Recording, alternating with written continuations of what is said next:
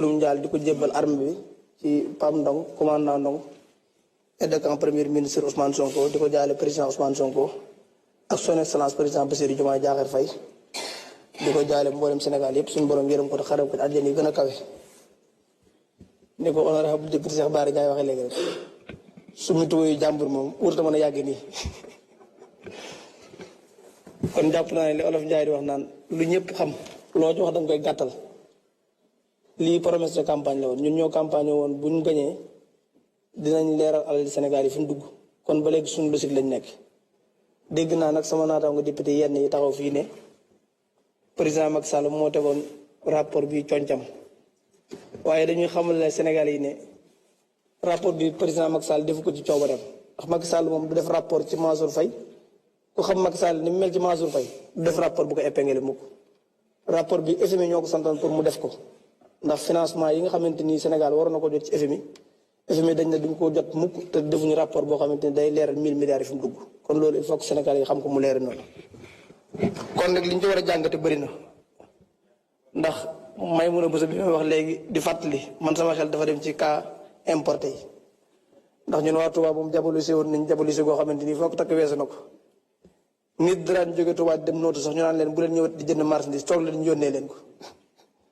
jamono yooyu Cheikh Mamadou Mountakha génne woon na ñaar téeméeri million ci jamonoy Covid bi loolu lépp nag boo amee Sénégalais yi cotisé woon ne dañuy xeex mbas mi ca jamono yooyu premier ministre Ousmane Sonko bi muy wuy ji la mu waxoon ca perangu pale ba ñëpp déggoon nañ ko kon jàpp naa ne lii bu leerul Sénégalais yi duñu ko baal kon ñun ci logique boobu lañ nekk pour leeral ko leeral gi it du caagin dañuy singali Demba wala Masamba loolu amu fi dégg naa it sama benn collègue député bu taxaw fii léegi di wax ne Ismaïla Madior Fall dañ koy chargé waaye man dama jàpp ne gars yi dañoo baax rek mais Ismaïla Madior Fall ak Antoine jëruñoo enquête li ma jàpp mooy dañoo war a dem jàpp dugal ci kaso bi ndax li ñu def moo gën a leer jant bi ab tànk nag des koy tàllal wala nga bank faroo fii faroo fee ma mënut nekk kon damaa jàpp ne ñun bu ñu chargé Ismaïla Madior Fall yow da ngaa fas yéene nekk avocat Ismaïla Madior Fall nga baal ma nag sama xarit nga lool nag waaye loolu yënul maanaa kon li ma jàpp mooy ñu tudd ci rapport bi pour ñu mën a continuer seen carrière politique sax ñoom lii ñoo ci ëpp intérêt bu fekkente ni yoon leeral na leen ñu bàyyi leen ñu continuer seen carrière politique bu fekkente ni yoon daf leen épinglé gëm naa ne alal réew mi kenn waru koo lekk ñu di la bàyyi ngay jiite wat dara ci réew mi kon bu fekkente ni rapport yëpp leer na war nañoo woote waat fii beneen loi boo xamante ni ku jàpp ci détournement deniers publics waratoo mën a yor benn poste de responsabilité ci réew mi ndax ñun politique yi nag war nañoo xoolaat bu baax ni ñuy doxee ndax jamono yi ñuy téyee nit ñi ndax boo demee kër Serigne Cheikh Bara Ndiaye gërë ca Daaru Ndiaye jamono coupe bi fekk nañ fa ay seen buntu jàkk ay kilifa yu ragal yàlla kilifa yu maanu fekk leen seen buntu jumaa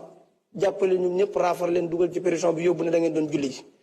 ñun ñi suñ màggal gi bu du woon a Cheikh Mamadou Mountakha màggal Tuubaa dañ koy annulé ci ay caaxaan ak tappale dong dégg naa fi léegi benn député am na koo xam ne daan génn kooku yéen a ko joxoon kayit pour mën a génn ndax député amoon nañ droit circuler fu mu leen neexee ñun ñii dañ terewul ñu circuler mais kooku kay yoon moo ko mayoon mu circuler comme ni ko président Macky Sall daan defee dugg ci oto moom doo nga dawal dem fu ko neex kon nañ bàyyi waxante yi fii Sénégal lu ne xew na fi am na ci loo xamante ni fàttaliku ko yàq la ndax yéen a ko waxoon yéen a ko setal kon li may wax Sénégalais yi ñun ñëwuñ fi pour làq doom dóor doom am na loo xam ne bu ñu ko doon def ñun ñoo ko dul nangu liñ ñu teg buñ leen ko fas yéene waroon teg doo leen toog fii di wax ak yéen ndax 14e législature ñoo ngi fi 13e législature ñoo ngi fi yàlla suturaal nañu président Abbas ministre Abbas Fall mii nekkoon nañu fekk ñun député Guy Marius Sagna mii xëy na doole moo ko taxoon di rëcc mais lu ne def nañ ko fi lu ne Ismaïla Diallo mële fatan nañ ko fi dóor ko fi lu ne def nañ ko fi amoon ngeen fi ab député boo xamante ni buñ daan wax fee lay taxaw di ko daggali saaga ba muy wàcc fii ñu yaroo fi nekk ñu civilisé fi nekk mais ñu mën a xeex fi nekk ndax xeex tax ñu jëlee fi président Macky Sall kon jàpp naa ne fii ab yar lañ fi woote ak ay teggin mais du nit di wax ñu koy yuuxu wala ñu koy buntaxatal wala ñu koy def dara loolu bu fi amoon ñun ñoo ko dul nangu ndax politique bu Sénégal changé na ba pare kon damay encouragé député yi fi nekk ñu bokk ci haute cour de justice bi ñu continuer liggéey bi te xam ne Sénégal yi lii lañ doon xaar ci ñun xaaruñu woon lu gën a yées ñu ñun di ñaan yàlla nag réew mi jàmm sax fi ndax jàmm rek moo fi xaj ndax nawet bi mu ngi jub si ak yeneen ak yeneen ak yeneen kon daal nañ ñaan yàlla jàmm sax fi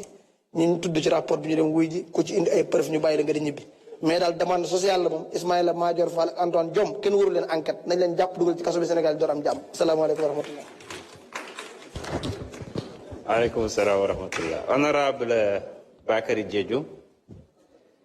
Mamadou